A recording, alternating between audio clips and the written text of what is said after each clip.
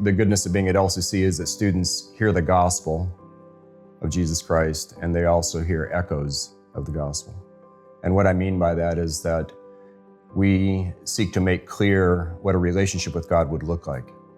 That we seek to invite students to consider the gospel, that God loves us so much, He wants to have a relationship with us through Jesus. I think when we talk about legacy, we have to recognize that we're not talking about an individual's vision here in this place, or even the determination and hard work of a group of people.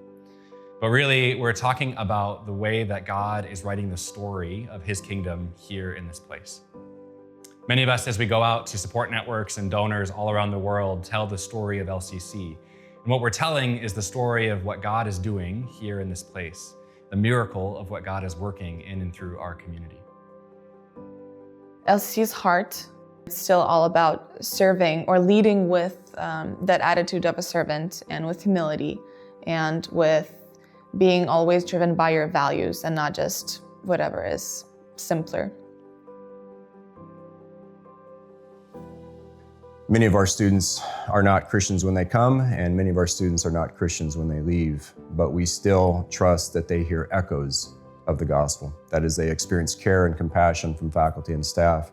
They experience a way of relating to each other that's kind and involves integrity. And so when we talk about Marlene's legacy, what we're talking about is Marlene's participation in the story of God in this place. And I think there's many, many stories to tell.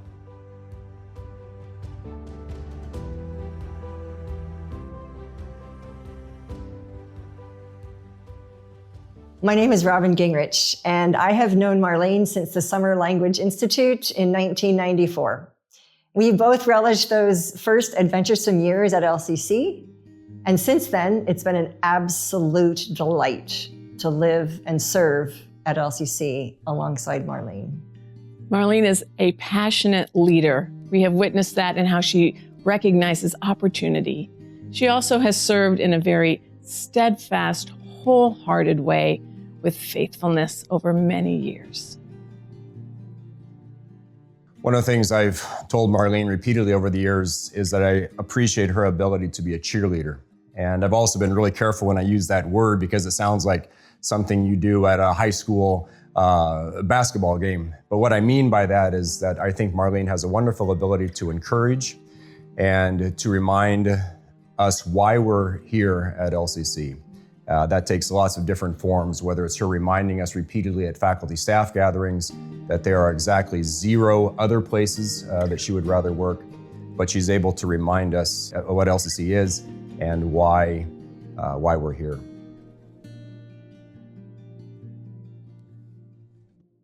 We could never have imagined the situations that demanded of us so much courage. But Marlene forged ahead with deep, deep faith. She told me, I just keep walking forward toward opportunities until the door closes. One moment that truly showed me how Marlene's leadership was different was during the silent protest that was organized by the students after the program lost its accreditation. It was a very intimidating situation to be in. There were a lot of students holding up posters and just standing there silently. But Marlene looked at every single poster. She did not try to justify the situation or get herself out of that scary situation. She just stood there and emphasized or sympathized with the students' pain and fear. In 2018, the university faced yet another near-death experience because the government was trying to deal with a very real problem of overcapacity in higher education. But their solution, unfortunately, was to restrict accreditation, and this affected all 6 of LCC's programs. This happened over a spring break, and when we came back, there was a meeting, and Marlene called us together and said, we have a 3-part plan. The first week, we're going to talk nice. The second week, we're going to get all of our friends in the country to write the Ministry of Education. And the third week, we're going to file a lawsuit, because what they're doing is illegal and they're just not going to get away with it. And all of us walked out of that meeting thinking, okay, Marlene's got this. we are going to weather yet another near-death experience because of her steadfast leadership and the connections that she has with the government. And at the end of the day, it worked. Our accreditation was restored, and 8 years later, we continue to provide Christian, North American-style liberal arts education to students from more than 50 countries. Thank you, Marlene.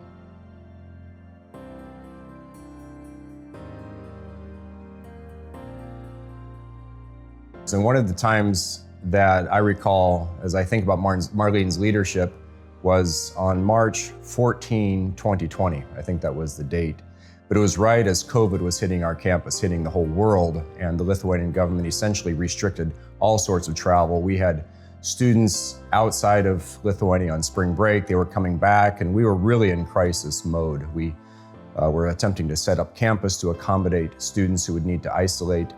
And Marlene's initial instinct, which was a wonderful one, was to gather a number of us in her apartment. And we spent time praying as Marlene wanted to remind us all that in addition to meeting regulations that we had to, that we would also seek to spiritually care for students. And we spent time as a group reflecting on biblical passages that would ground us through this time. And I appreciated Marlene's Christ-centeredness in that regard. Another thing that I was really impressed by Marlene's leadership was her respect and inclusivity of the student voice. While being on President's cabinet, I was the only student, but she did make me feel like I'm an equal voice and I'm as respected as any other member on the cabinet. And when I would bring up certain needs, she would always be very attentive to it. And while not everything was possible to accommodate, she would surely listen and try to address the issue. But Marlene's first love has always been the LCC students. She welcomes them on the first day, telling them to call her Marlene.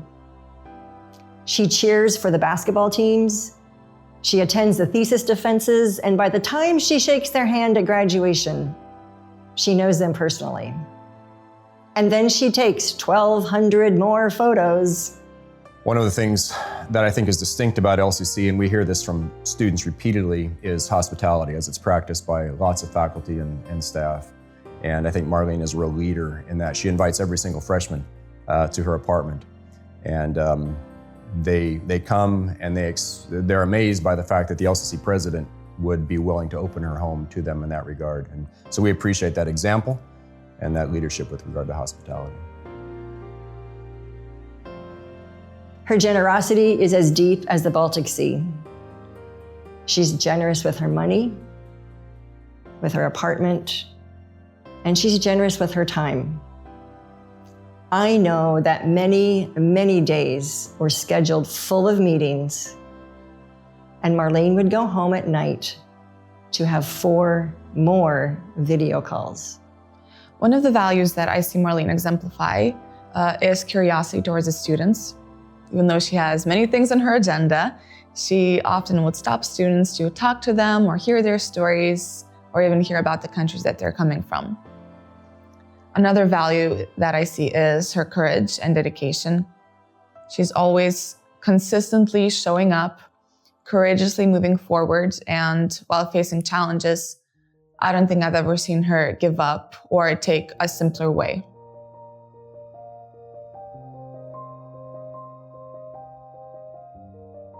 Marlene's been here for 25 years, and for those of us who have been here less, who have been here fewer years, her legacy of faithfulness to LCC is a reminder that it's possible to come, to stay, to be committed. She's an example of what faithfulness to LCC looks like over the years, even over the decades.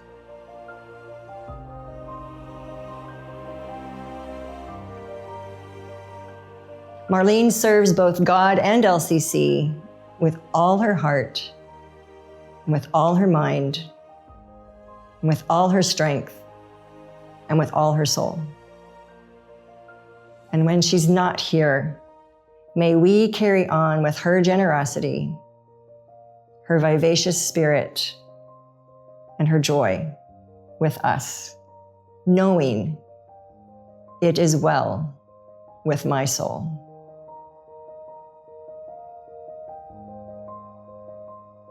One of the important things as we talk about legacy is to recognize that we're not just looking back, but that we also want to look forward. And so as we look to the next 10, 15, or even 50 years, we recognize that what we want to do is participate in the story of God that's happening here in this place. And we recognize that that is care for students, that is the hard and turbulent work of peace building, that it is the work of educating young people to be servant leaders as they go out into global places. And most of all, that it is a place where we cultivate the love of Christ for one another.